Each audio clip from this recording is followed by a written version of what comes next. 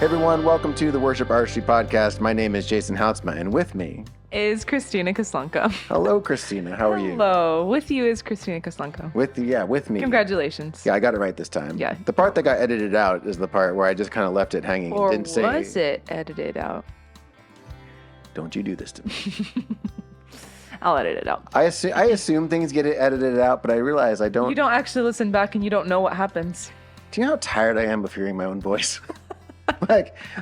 You know how tired I am of hearing your voice? I realized as soon as I did that, I was like, oh no. I set you up for that one. So much. So anyway, well, it's like I edit all the videos, the podcast, I'm more of an introverted person than I feel like the internet would let on. Oh yeah. I don't know about that. I need my recharge time. I feel like we all do, but yeah, okay. That's the story for another time. Well, I'll tell you what today's story is. We'll just jump right into it because it's a great interview. We've got Mark Schoolmeesters, who is he's a producer, he is an artist, he's a songwriter, and it was great. I actually got to meet Mark at Anchor Hymns, and we just had some great conversations, and I was like, I love this guy. And so when Revere, a new project for Revere came out, I think Gilbert Nenlohi talked about. Yes, right, yep. And so we talked about that a little bit, but now we kind of dig more into it with Mark. And when they gave me a list of you can talk to any of these people, and I was like, oh, Mark, for sure, because it's going to be a great conversation. The only thing about Mark is he tries to interview you back.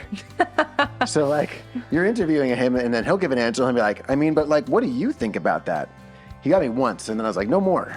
Hey, who's running this interview? Yes, I am interviewing you. Nobody cares what I think. But he is fantastic. It's a great conversation. And so we're talking about Revere and reverential worship. And so without further ado, Mark Schoolmeesters. Mark Schoolmeesters, welcome to the podcast. Hey, thank you, man. Great to be here with you. Well, it is good to see you again. We've gotten to spend some time together, and it's always a joy. So when Noah reached out and was like, hey, do you want to talk to anybody from Revere? And gave me the list. And I was like, yeah, I already know who. Just send them my way. So it's so great. Thanks for being here. Absolutely.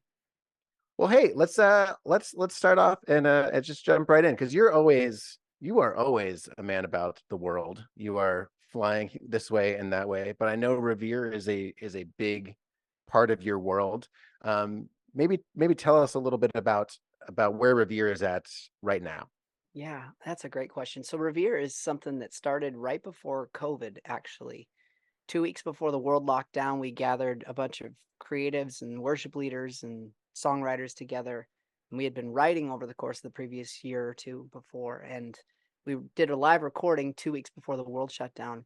And Revere is at this spot right now where we've since released that project, came through the whole season that our world has been in over the last couple of years. And we're just about to release another full-length project that we recorded live in Nashville back in October of 2022. And so we're at this really special time, I think, in the season of the church, but also in the season of what we're about at Revere. So Revere began with this idea of if you look over the last even 50 years of songs in the church, and we've come through these different seasons of we came out of songs that were about statements about God. A mighty bulwark is our God. They're impersonal statements about a very personal but also a big God.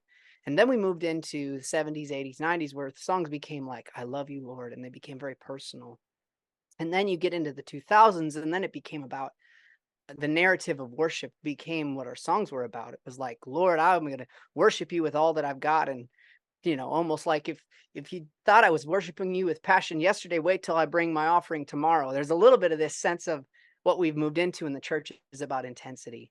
And so Revere at its core is really just about saying, let's get back to the reverential fear of the Lord, which is not being afraid of God, but it's a recognition of who God is and a fear of being without God. And so wanting to posture ourselves in that place. So in a very long answer to your question, Revere is at a really special place right now because I think we've stumbled into something that is resonating with people. And it's not really about what it is. It's just about pointing the focus back on Jesus. So So how do you think we got here? You know, you kind of pointed out like this was what was happening, and then this is what was happening, and then this is what was happening, and it almost seems like in a sense, um, like you were saying, we were making like faith statements about God, like who God is, proclamations, and it's like now moving in this more reverential space. Like how did we get through those, and like where do you see those Yeah. changes kind of happening? I mean, Jason, I think at its core, it's subtle 1 degree shifts. Nobody wakes up one morning and says, I'm going to abandon everything that I believe in and walk out on my faith or walk out on my wife. Or, you know what I mean? It doesn't happen that way. It's subtle, small 1 degree shifts. It's little compromise after little compromise. Malcolm Duplessis, one of my dear friends, mentors who helped kind of forge this whole Revere path, says it's about the numbing of the conscience. It's when we hear and sense like, ooh, that just doesn't feel quite right in my conscience, in my spirit, but we just kind of numb that. And then as we do that over and over and over, and so it's 1 degree shifts, but it's also we're fighting against our human nature, right? Because our human nature is to make everything innately about me. I want to be the center of my world. Like my kids used to watch this movie, Finding Nemo, and the joke in that movie is that you have these seagulls that they say the word that my children I did not have to teach, right? Mine, Right. mine, mine, mine. And so there is a nature in us that wants to put ourselves at the center of the narrative, to put ourselves at the center of our universe. And so part of it is just we're fighting uphill against our human nature. And so um I think our hope is that this becomes a little bit of a reset, not to say that there's anything wrong with songs that talk about us, but that they're put in perspective and balanced out with us recognizing some of the songs that we sing really are talking a lot more about us than they are about who God is. And so wanting to reset that. And so it's not something that I think anybody woke up and said, let's just do this.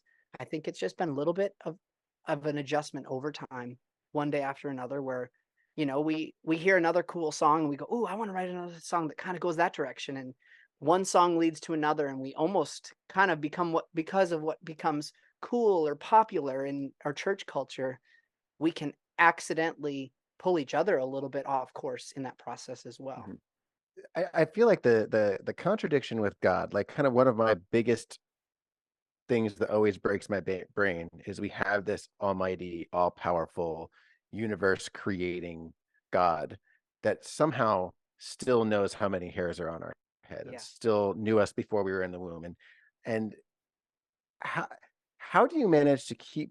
Do you even can you combine those two? Because in a lot of ways, it's like, okay, how do you bring reverence within Mm. without creating somewhat of a wall Yeah. and something that becomes that feels disconnected and impersonal? Mhm. Like how do those things go together for you? I mean, it's a great You question. figured If it I out, right? figure it You out, got it all figured. I'll let you know. I mean, I will say this. We did a Revere writing camp with a small group of writers in California just about 3 weeks ago, and spent a lot of time wrestling with that topic and almost wanting to write songs that held those two things in tension, that Jesus was fully God and fully man. And so tapping into his humanity at the same time as tapping into his divinity, and that God is just, but he's also loving. And so it's part of the thing that my 14-year-old son drives him crazy, is that he's like, I can't get my head around God. I wish I could understand it. I'm like, welcome to the club, bud. That's part of the fact that his ways are higher, his thoughts are far above all those things. It's like we want to wrap our head around, and I think our instinct is to want to reduce God to our ability to comprehend. So we reduce God's magnificence to something that we can fathom. And so we take some of the awe out in our effort to comprehend and to wrap our minds around. And so I think there's a place for us to simply say, "Hey, look, this is who you are. This is beyond me." But it's also beyond me to understand how he would, like you said, breathe out stars or create the universe, and yet he still cares about the things that I went through and am processing and feeling in our family today. And that doesn't feel like it makes sense because they feel like they're at odds. Like God's either big and royal and far off in the sky, or he's just my buddy and he's just here with me. And he's like, no, I just am. I'm in both of those places equally and significantly. And so I don't know. I mean, that's for me, that's it. I mean, what about for you? How do you manage the tension of who he is? Sorry to turn the question back around on you. Yeah, wait, I'm the one doing the interview here. We're here to talk. We're here to listen to you. We don't need to hear what I have to say. I do though. My bad. It is just to briefly answer that. I think one thing I find for myself is in my own worship, in my own, in my quiet times and throughout my day, and the way I tend to write is much more open and like an invitation into watching and waiting, Mm, and like because I don't want to make God in my image, right? Like my image is it's wholly inadequate, yeah. but I also don't want to like put on God all the things that like I think he should be. It's kind of like no, he Yeah. is these things. He is still loving. He is still present because the big God makes way more sense to me than personal God. Mm, But I know the personal God. yeah. It's just a weird thing. So I don't know. It's interesting what you say about kind of songs going through these like seasons, because really when we as worship leaders, when we're building worship sets, when we're putting songs together, it's like trying to be intentional about like this leads to this, which leads to this. Like Hmm. there's actually a journey there going where we're trying to like we one song can't do it all, right? Right. We need a Right. reverential song, and then we also Yeah. need an intimate song, and we need kind of all the things in between. So Yeah. Well, and to that point, it's almost part of the tension of how we got here too is that we want to experience something and then we want to relive it. And so we can put God in a box of, oh, this is how it happened last Sunday. And so we're like, let's recreate that moment. All the while we're forgetting that God is a living, breathing being.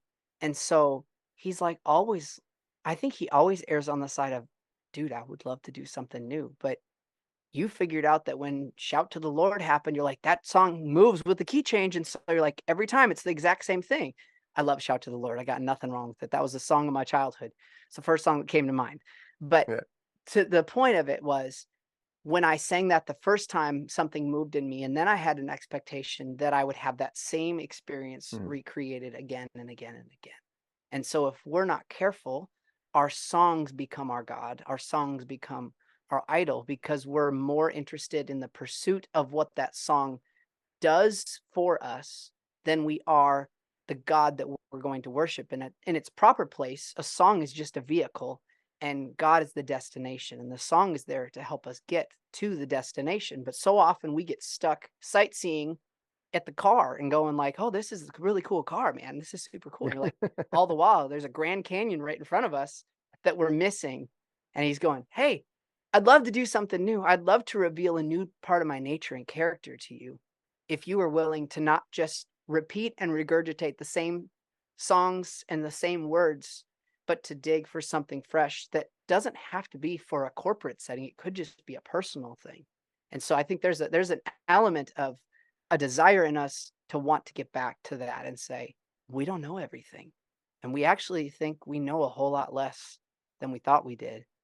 And that's a place that we want to be. God, would you do something new? And we'll just, like you said, it's like that posture of just saying, I'm just of showing up and I'm open. I love how you said that. It's like, I don't have pretense or expectation of what's going to happen. I just know I'm here and God says he's here. So if God is here, then I'll just experience what goodness he wants to do in my life today.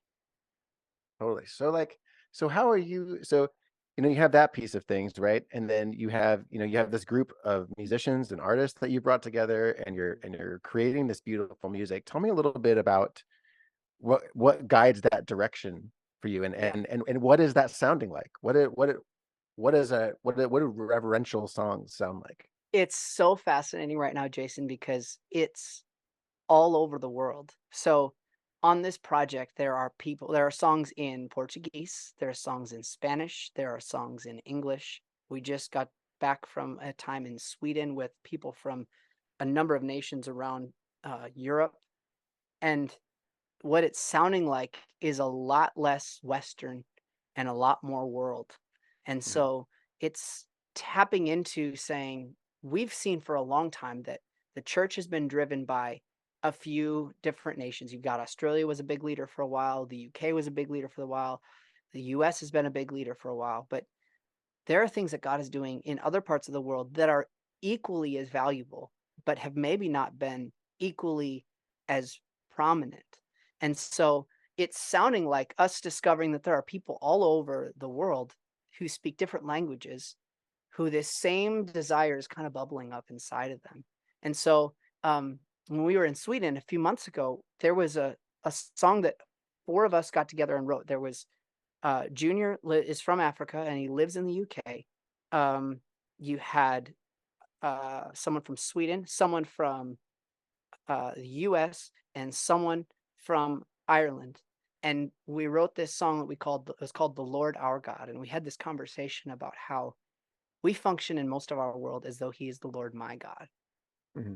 But when He's the Lord our God, I don't take ownership or possession of Him, but I give Him to you, and we all have access. And so there's something that happens when you get outside of your bubble, get outside of your culture, get outside of your blinders and even your biases, and talk with someone else who has a very different framework of the world, but an equal respect for the God that we serve. And it causes you to kind of slow down your pace and slow your mouth down and just be still and recognize, wow, I don't really have the corner on any market. I'm just grateful to be here. And so what does it sound like? It's starting to sound, I think, a lot more humble. It's starting to sound a lot more um, contrite and awestruck and grateful and also boisterous. You know, you've got people singing in different languages, and I don't know exactly the words they're singing, but I know the heart they're singing with, and it's moving me. And music is, I think, beautiful because it is the universal language. People speak different languages, but everybody can experience a song. And I think that's part of the reason that God uses it. It's not the only form of worship, but it is a form, and it is a universal language that people across cultures, across language barriers, can listen to a song in a language they don't understand, but they understand something that song is communicating. And so it's really been a fun journey to get to be a part of experiencing that and seeing, oh wow, God's doing something on the other side of the world that's mind blowing. And Mm-hmm. it doesn't have to look like the commercial success that we've defined as success in our Western church culture. Like we say, oh, well, this song is for the church. It's like, well, some songs are actually just for your church. You and I have had this conversation Yeah, before you're that right. it's like I'm like, you're speaking we my need language right we now. need to redefine the definition of success of a song. It's not whether it's a top CCLI song or not. The definition is it honest? Is it true? Is it pure of heart? And is it available for the people that it's there to meet with and to speak to? And if that's a group of 30 people, then that song is as beautiful, if not more beautiful and more powerful and more profound than a song that's, you know, chart topping on some metric that we've established in our human construct. And so I want to get back to saying, I want to be a part of songs that are meaningful. And not everybody's going to get it because it's not going to probably be the thing that sizzles and is like, ooh, that's the new cool thing. But it's the thing that I think is going to last, that 50 years from now, we're going to look back and go, those songs have stood the test of time. I mean, that's what I want to be about, Jason, is I want to be a part of projects and songs and working with people that are not chasing a momentary success, but the ones that you go, this feels like a song we're going to sing in heaven one day. That's the thing that's, as a songwriter that I'm going, I want to be a part of pursuing that. I don't want to be flippant with my words. I want to be full of faith with my words and recognizing God's up to a lot. And I have very little perspective on how big and broad He actually is and what He's doing. Yeah, and just obedience and following that. That's the thing I love. The thing I think is really interesting about what you're saying is by having, like, here's the thing. Like you said, I don't speak Swedish. I very poorly speak Spanish. I can get by at the taco truck, but that's about as far as that goes. And then, Yeah. like there's, uh, but I can hear, like, the thing that art does for us, right, is it communicates something that speaks deeper to us. It's like there's a reason why we sing. There is a reason why we paint and draw and all these things. It's like these things communicate something that words can't always communicate. Even in like songwriting, you're trying like, I want to say it differently, or I want to be able to like grab this new idea. And ultimately it's like, no, I'm trying to do something that's connecting with people, right? And when you talk about really an unknowable God, a God that you cannot understand or comprehend, but you can hear people worshiping God in another language, and I can't understand those words, but I can understand that music and I can hear that heart, and that's going to communicate something differently than maybe the words even communicate. For sure. For sure. Well, if you look at Genesis 1, right?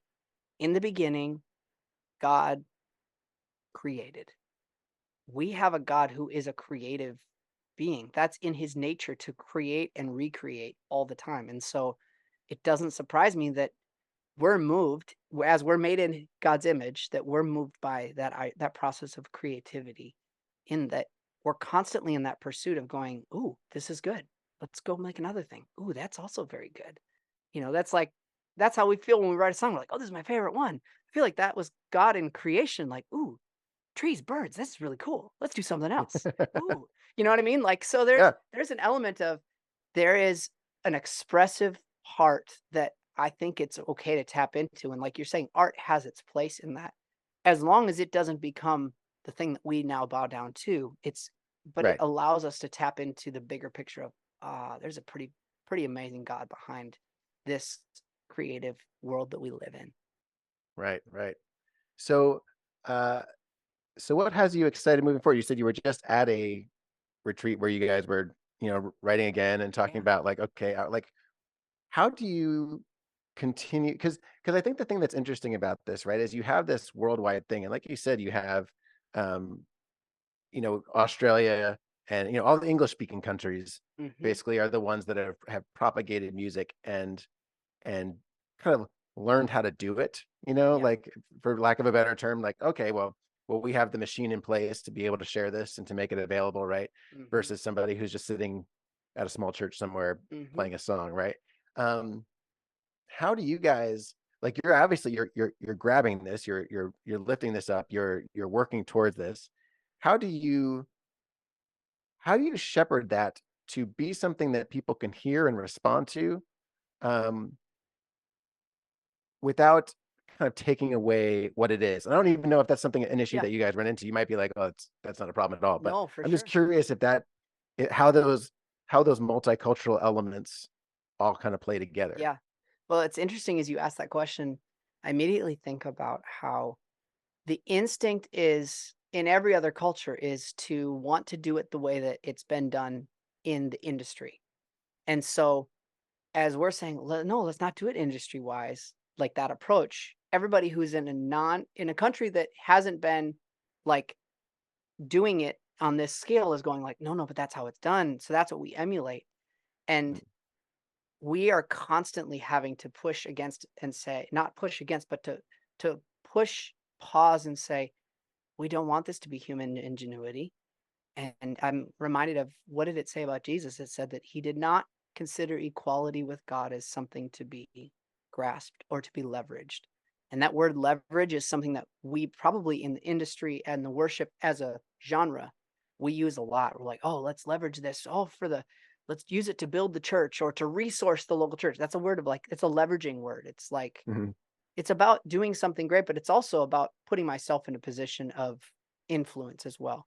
And so we're constantly fighting against that and going, no, this is not the next kind of American Idol. Let's have this be the next big thing. This is like, let's do it because this is the right thing and this is a heart thing. And so, um, that's a real tension always. It what ends up happening. So if we do a writing camp, we'll end up having, we'll have some exercises. We'll say, let's focus on songs that don't can involve us in the narrative at all.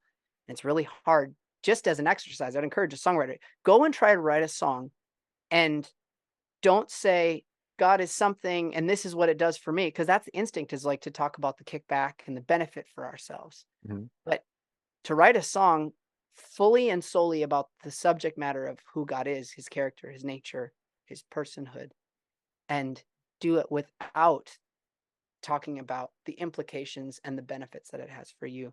And so it's maybe it's as much to say as it's an experiment in helping us reset and reframe um, how we lead people, how we write songs, how we interact with communities in a church setting. That we, if we can have 1 degree, I don't expect this is going to all change overnight. And if it does, then it probably is going to, what's going to happen is that everybody's going to go, oh, this is the next cool thing. And we're going to have an influx of songs that are about reverence, but they're going to be still in the form of like intense, powerful, like, oh, this is awesome. Yeah. Cause God's so good. And look what he did for me because he's so good. You know, it's like, that's great. Yeah. But I think it's less about, it's equal parts about the subject matter and equal parts about the disposition and the posture of the carrier, the carrier of the heart person, the heart of the person who's carrying the song. And so we're learning, bro. We're making lots of mistakes and we're having to have grace with people because, you know, when you start working with multiple cultures and languages, you run into things where we've learned over this process a little bit that a lot of the metaphors that we use in English don't have an equal in other languages. So Spanish, for example, doesn't have a lot of flowery, colorful, metaphoric language. It's kind of literal. It just says what it is. Portuguese, it will take the space of 3 or 4 lines to say the equivalent of what we can say in 1 line in English.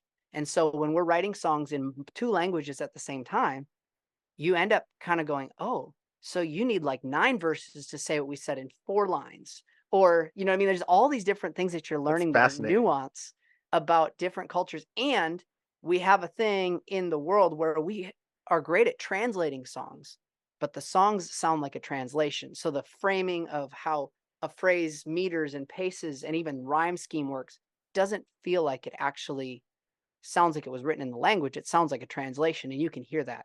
I can't speak Portuguese, but I'll sit in a writing session while we're translating a song, and I'm like, that's it, because I hear your vowel sounds match, and your meter of how you pace the phrase matches, and vice versa when it's written in Portuguese, to then take it to English and go, oh, that's not the common way that we would rhythmically say that. But now how do I honor that original language with what I'm going to say and then say it in English? And what it does is that tension, it seems to unlock things in us that we get outside of some of the boxes that we have and some of the ways that we've just like, oh, well, this is what the rhymes should sound like. And this is what a phrase feels like. And so some of even the rhythmic senses of things are completely different. And you're stumbling into things that you're like, I never would have come up with that in my American English speaking box. But when you put me in a room with someone from Brazil and someone from Sweden, and we're writing in 3 languages simultaneously, we don't take easy because we're like, oh, that was a great idea. That's the first idea. You wrestle until you go, well, that doesn't work in this language. Okay, well, what would work in that language? Oh, that's an interesting thought. Okay, how would I say that in this language? Oh, but that doesn't work in this language. And you're going back and forth, and you're spending 3 and 4 and 5 and 6 hours and days sometimes with a song that normally we'd go, oh, let's just power through it and be done with it and turn it in and be done. And so there's something really beautiful that unlocks when you get together with somebody who sees the world different and dig in and really explore, how do we express this heart to God, who gave us all these languages and all of these tools of a song and worship, and put it together in a way that can honor and serve people in multiple contexts all across the world. So what are some of your favorite lines that have come out that you're just like, man, this one went in a direction I did not expect it to go? Like, what are can you give us some examples of some of those things that came out of that process? So there's the first one that comes to mind. When COVID first hit, we did the very first international like songwriting camp we did was with people from Brazil. So people in Brazil primarily speak Portuguese as they say it.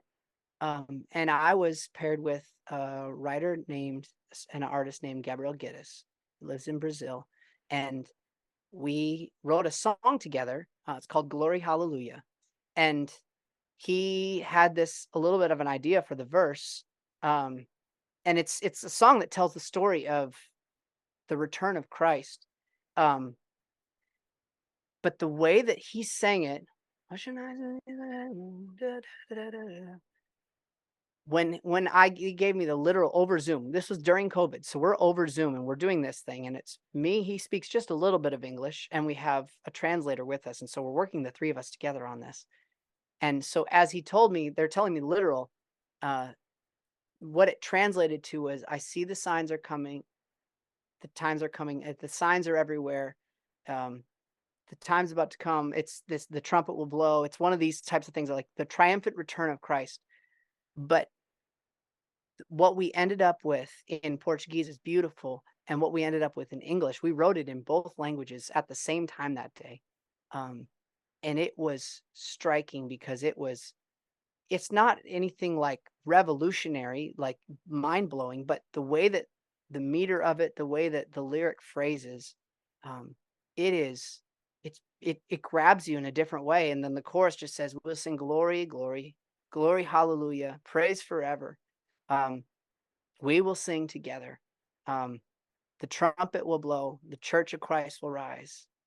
It's just this beautiful picture. And so some of them are like that, where they're not like mind-blowing new lyrical things, but they're put together in a way that you go, this couldn't have just happened in a Nashville writing session. And then there's others that have some of the most beautiful poetry. There's one that we wrote in Sweden just a couple months ago that we wrote it in Portuguese, English, and Swedish at the same time. And it's, you just stumble into these things and you go, I don't even care if this song goes anywhere. Going back to our conversation earlier, like redefining success, that was enough for me to have that afternoon with two new friends and for us to have a time worshiping together in a very small, hot room in the middle of Stockholm, Sweden.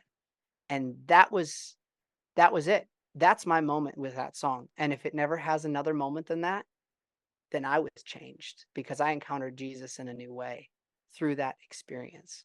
And so I think that's my hope. I think that's our hope, is that we would, maybe these songs would be in such a way that people would go, I get to have a new experience, but it doesn't encourage people to stay in that experience, but to continue to move into the fact that God is continuing to do something new and something fresh.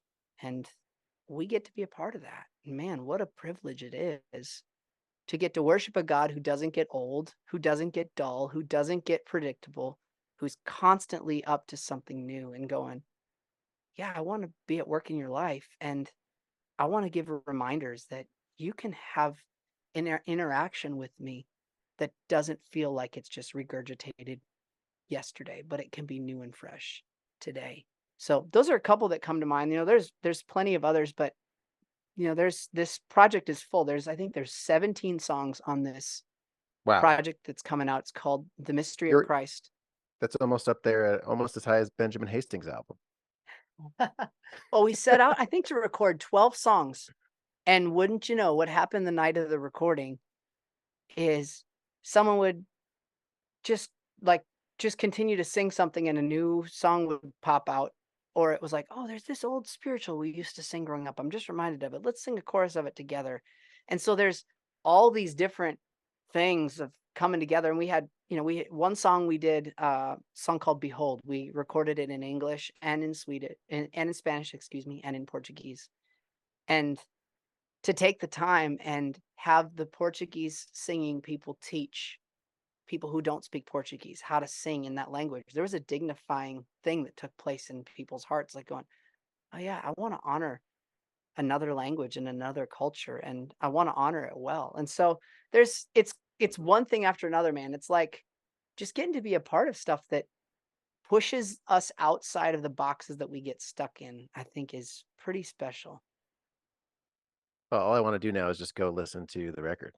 So where can we find it? Man. What's it called? Where can we find it? How do we listen? Give me all the details. Yeah, I'll tell you the things. I mean, you already know what I'm going to say. It's the primary artist is Revere, but there are, I think there's probably 14 or 15 other artists that are on it as well.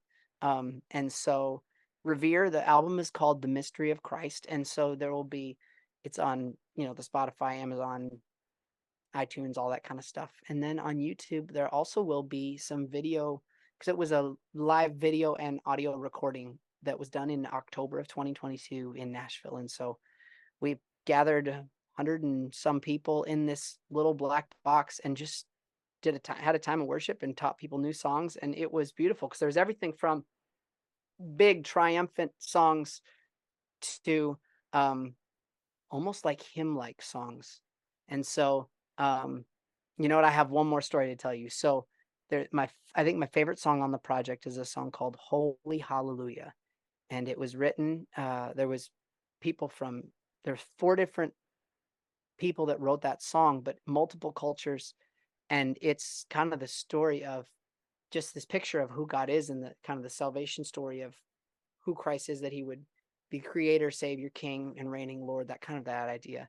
But it's got these big kind of dark chords. And so it's Phantom of the Opera-esque. And it was a moment where even in that experience where Becca Folks from the UK, who sang the song and carried the song, at one point she just kind of started singing over people in the room. And you'll have to listen to it. I mean, it's like a 12-minute version of the song, but it's an experience from start to finish. And man, it's going to be special just to be able to be a part of encouraging people. There's no shortage of new songs right now, Jason. You know this. Like, everybody's putting out new music all the time. And so, man, if someone's interested and willing to go listen, I promise it won't be a waste of your time. And we are grateful if you do choose to listen, and hope that it would encourage you not to look at Revere, or look at this artist, or look at that person, but that you would walk away with your eyes focused and fixed on Jesus. And that's the heart of it, is let's get back to eyes on Jesus, and eyes off of us, eyes off the artist, eyes off the carrier, eyes off the ministry, the brand, the equipment, the gear, all that stuff. Let's let that stuff be in its proper placement, and let's just get focused on Jesus, and let that be it, and let that be enough. Yeah, I love that invitation, and I think it speaks so, like, our heart and the way that we listen to music and the way that we approach music. Like, it's funny, like, if you're in the music world at all, right? You're hearing all kinds of things all the time, and people want to show you stuff, and you're like, okay, listen to this, listen to this, and you immediately go into just like critique mode, and do I Sure. like this, or do I not like this, or is this like, or like trying to, like, the brain does this thing where it tries to simplify and like take the quickest shortcut to understanding what something is, right? So you Yeah. see it and you're like, this is this, okay, and then you move on. And I think the way that you're describing it, like, we can't understand God that way.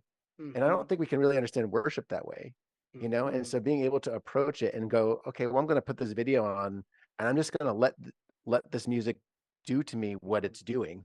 Yeah. Rather than go in and go, like, which singer do I like? Okay, which song is the one that I'm going to use? I wonder what, like, and just approach it and just experience. Like, I think that's so life-giving and so beautiful, and so much more uh, more open and worshipful, because it lets God kind of use the thing to work on us, rather than us Yeah. come in and go, like, here's the definition. Okay, I got that. Yeah. I love that it's called the mystery of Christ. I think that's like, it's like, Yeah. yeah. Anybody who tells me it's not a mystery, I just don't believe. I'm like, you're a liar. Right. You're selling me snake oil. If you can tell me you can explain God, I will tell you that I don't believe you. Yep. And Yep. we'll walk along. And you So obviously have not. You've cut it too short and too simple. Well, and the other part, one other platform thing is, on YouTube we have a 24/7 playlist. There's a channel that just kind of plays through all of these songs, and the songs that have been previously recorded. There've been a number of recordings and captures of just times of worship, and we do the full produced thing, but then we also do this thing called unscripted, where at the end of the night we literally just gather everybody around the piano and we sing through a few songs together, and there's kind of a little bit of direction, but it just kind of happens what happens. And it's become one of my favorite things, is just being able to sing with people, and you just stumble into stuff. You're like, oh, we're singing. So, there's like Morning into Dancing, some of these old songs that we oh used to yeah. sing. And so it's a way that you can take it, like you said, and just go, I'm gonna put that on and just let it become the soundtrack for my day.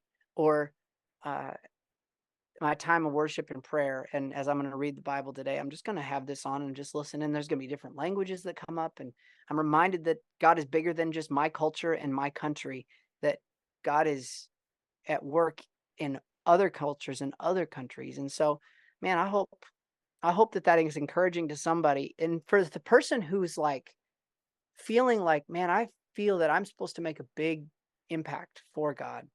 Um, I guess I would say one thing to you today. I don't know why I've got this on my heart today to share, but um, I think the more that I put energy into doing something for God, the more that I'm learning and relearning that the greatest thing I can do for God is just be with God and get to know God.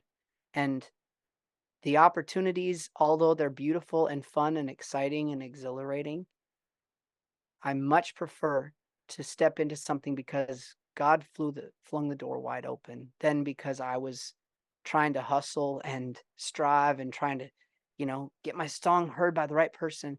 And that was my story, was I was the guy who I did that for years. And then God was like, stop striving and be faithful where I plant you. And then I went into this 10-year season of obscurity and doing nothing, and I just kind of let it all die.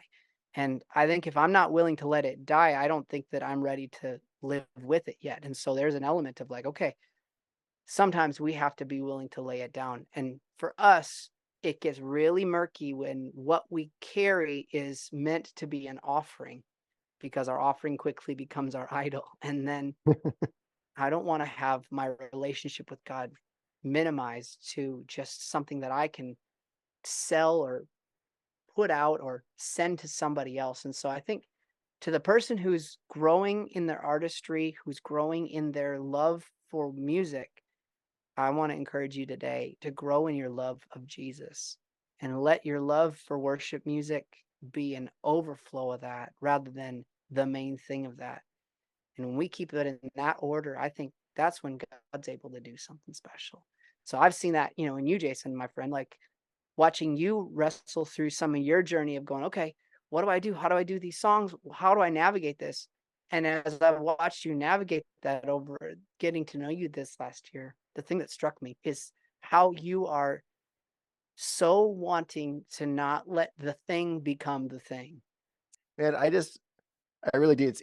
It's funny the things that like when I think back to being at Anchor Hymns the last time, one of my favorite things, one of my favorite conversations was sitting with you at that barbecue place and just talking about how it's so frustrating that there's things that we have to learn in this really deep way that we can't like manufacture learning, right? We can't be Mm, like, oh, I can't manufacture maturity. I can't manufacture humility. yeah. Like these are things that we have to be humbled and we and we have Hmm. to grow and we need time and all those things. And so it's just I think it's really awesome that you are creating music and ministry that is coming from that space of like I've learned these things and now I don't want to just run away, but I Yeah. want to bring these back and go like, yeah, I want to share them with you. And it's probably gonna take you a long time Hmm. to learn it, but you need to have Yeah. voices that do that. And so very excited about everything that you're creating and always so happy Thanks, to man. always great to talk with you. Okay, so great conversation. Love Mark. I wanted to ask you about, he talks about going from, like how worship music has transitioned kind of generationally, like it's gone from proclamation and then it became more, personal, Mm-hmm. I love you, Lord, that sort of thing. And, then it became more about like our relationship to God. And now they're trying to move it, they're pushing it towards like, well, we need to be, we need to revere God. We need to Mm-hmm. have reverence and all those things. Have you seen those changes? Like, do you recognize those? Do you feel like those are true? Or do you feel like that's kind of like a perspective from maybe someone within the industry? Or do you Mm-hmm. see that like in your own worship leading career, for Yeah. lack of a better term? I absolutely see it in my own life. I would say that I am drawn to leading songs that are truly like high, like praise and adoration and singing to Jesus and about him instead of about us and like what we're going through. Mhm. Actually, Bethany works at Worship Artistry, Who's actually like right there. You who's right can't see there. her. She's probably answering one of She your she just did a support little wave. questions You don't right see, now. but she did just wave. She's like, Um, she's like The woman behind the people. Yes, Yeah. the woman behind us people. Yeah. But her and her family attended my church a few weeks ago, and we were talking about it afterwards.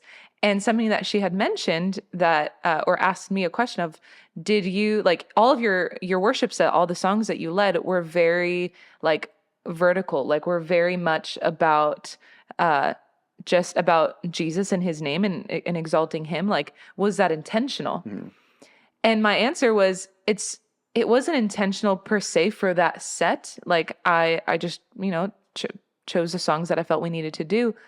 But thinking back, like I've realized that I'm so much more drawn to leading worship that isn't about me. Mm-hmm. That isn't about like, I feel this way, less introspective and more singing about his goodness, his faithfulness, his majesty, his beauty, his glory, like all of that. Cause then that actually like it is in the Bible, in Revelation, the elders, the angels, the creatures, everyone responds once they look at Jesus. Mm-hmm. Once they look at his awe, once they have that reverence, that's when they respond in worship. Right. And so I feel the same way with us leading worship here on earth. Like as worship leaders, if we can point to Jesus or point to Jesus, yes, but to sing songs directly to him and about him and paint almost this picture of like, this is the God that we're singing to. Like, I can't help but assume that everyone in the congregation will respond in worship or be led into an atmosphere where they have to respond because that's all they can do. Right. Like Oswald Chambers talks about that a lot, about how it's just like, if you've seen Jesus, like there is only a way to respond. Like you have to respond in this worship, way. yeah. And I think, we do talk about, we talk a lot about things like identity and, who am I and, all that kind of stuff. And I always think about it from the standpoint of like, if I see God, like that shapes who I am. Mm-hmm. Like if I get to behold his majesty or just the little like sliver. I mean, like Mark and I were talking about how it's just like anybody who says they just understand God, I'm like, you're lying. Like he's unattainable, ununderstandable. But then there's this paradox where he's like, but I know how many hairs are around your head and I know what's happening today. And I see those things all throughout my life.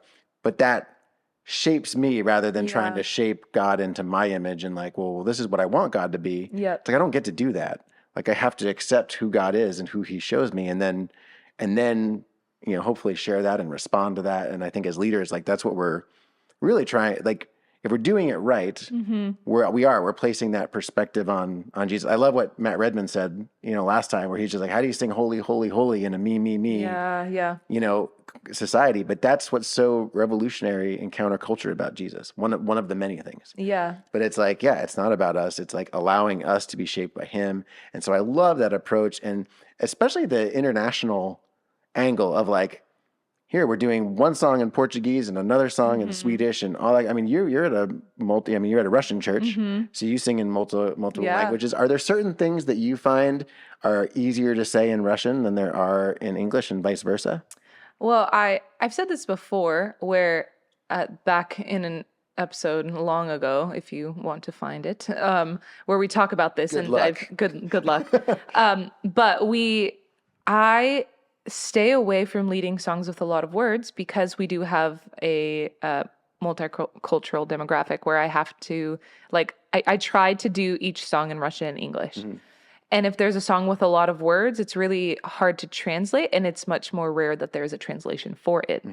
So I actually find that I end up singing a lot of songs that are just simply holy, holy, holy, or that, because even if it's not translated, I can translate it because that's an easy enough word that I can translate, obviously. But even if someone doesn't speak that language, they can still sing along, and there's still unity. So even if my grandma, she doesn't speak very good English, she can sing holy, and she knows what that means.